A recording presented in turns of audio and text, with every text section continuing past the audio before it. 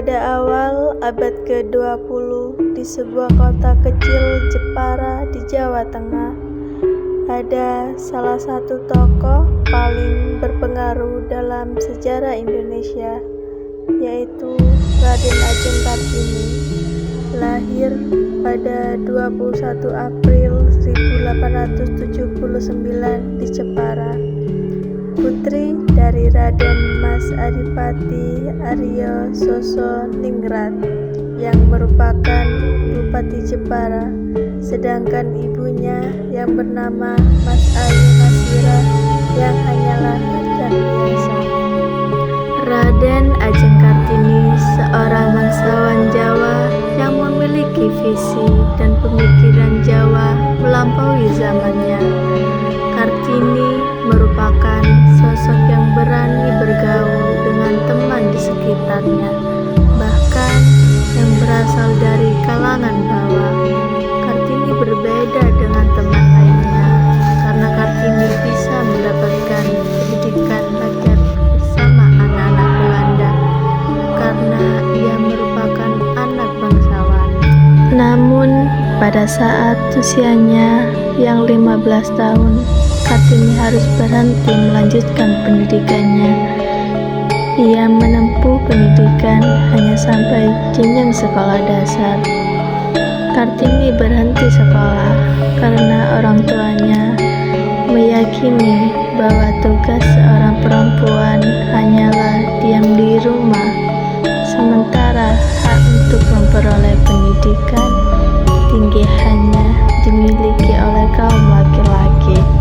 Kartini tidak setuju dengan perintah orang tuanya, namun pada akhirnya Kartini harus menuruti perintah orang tuanya.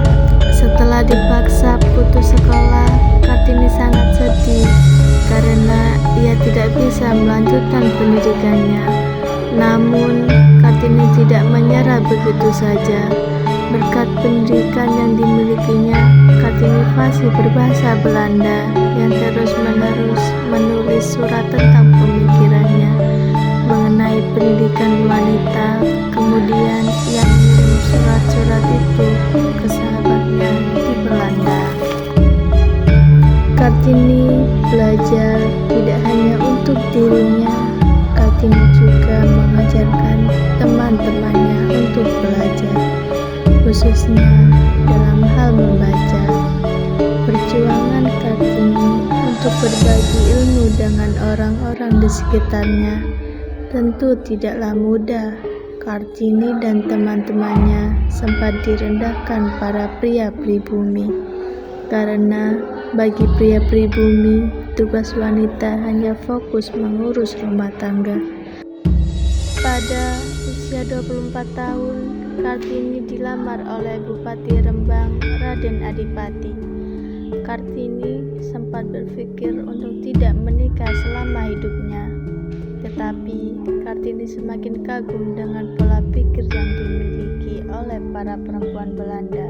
Akhirnya Kartini memutuskan untuk menerima lamaran Raden Adipati dengan syarat Raden Adipati dapat mewujudkan salah satu keinginan Kartini, yaitu mendirikan sekolah untuk kaum perempuan dengan status Kartini sebagai pengajar di sekolah tersebut.